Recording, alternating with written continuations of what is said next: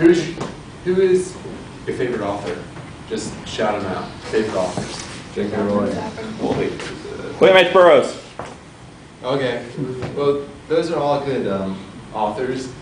But what would you say if I told you my favorite author writes TV shows? He writes TV shows. He's a screenwriter and a playwright. Now I know what you're probably saying. Wow, that stuff's all dribble. This guy can't be very smart. He's not an academic. Come on, this guy's a moron. I don't want to hear what this guy's saying. But my favorite author is Aaron Sorkin. He's a Broadway playwright. He's wrote 3 critically acclaimed TV shows.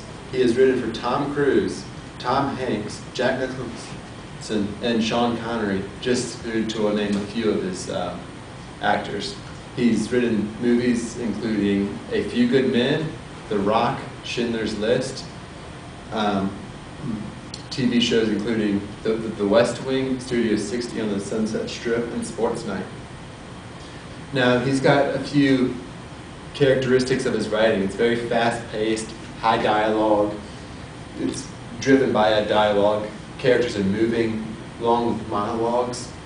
But one thing he shoots for when he's writing is he tries to raise the level of social debate in this country. He's not one of these people who thinks TV has to be dumber to a working middle America. He doesn't think that reality shows and all these things are really good for America. I've got a clip of one of his shows right here I want to show you.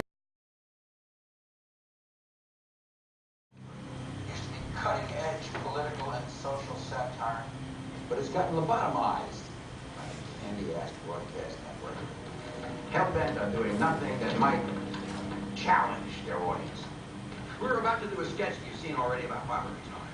Yeah, no one's going to confuse George Bush with George Clinton. Now we get it. We're all being lobotomized by this country's most influential industry.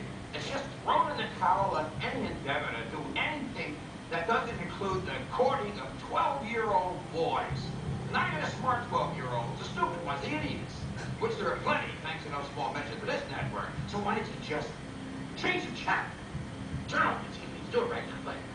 Oh, I get it. This is not done. Get the camera off of it. Put it on what? Cut the boom lights in. This show. I take my instructions from him. Between art and commerce. Well, there's always been a struggle between art and commerce. And now I'm telling you, art is getting its ass kicked. And it's making us mean. And it's making us bitchy. It's making us cheap punks. That's not who we are. People are having contests to see how much they can be like Donald Trump. Are you tweeting this out? He hasn't said anything you're not allowed to say. He's telling people to change the channel. I don't think you have to worry about anybody changing the channel right now. Get him off, or you don't have a job tomorrow. I'm running a live national broadcast. Can you track me later? We're eating worms for money. Who wants to screw my sister? Guys are getting killed in a war that's got theme music and a logo. That remote in our hands are crack pipe. Oh yeah, every once in a while we pretend to be a pole cast. I'm waiting for him to say something that's true. Who else in here knows how to do this? Out of my control room. You've got 2 kids in school. She said you got 2 kids in private school whose father's 5 seconds away from never working again. Pornographers. It's not even good pornography. They just decide some things. And friends, that's what's next, because that's what. And the 2 things that make them scared gutless are the FCC and every psycho-religious cult that gets positively horny at the very mention of a boycott. All right, stand by the DR. We're going to cut in early. Mercy, feckless, orphanage, green-filled whorehouse. They're a network. I know that they're thoroughly unpatriotic. Well, they'll be here now.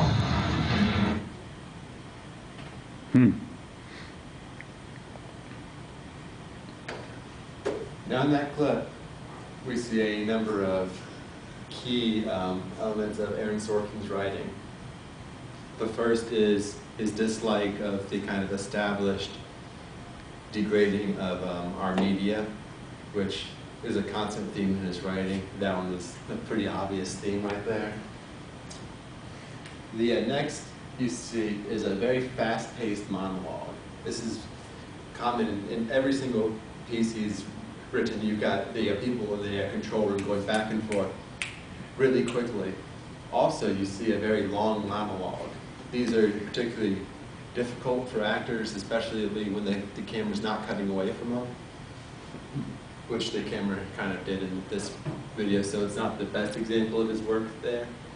But also you've got questionable language. He's saying bitchy, whorehouses, crack pipes, and just, he's really doing stuff you don't see in everyday culture. Aaron Sorkin has two goals when he writes. A, to challenge his audience. The second is to hold the audience's attention for however long he's asked for it. I encourage all of y'all to go out and watch one of his pieces, and you will be enthralled by his writing style. Thank you very much.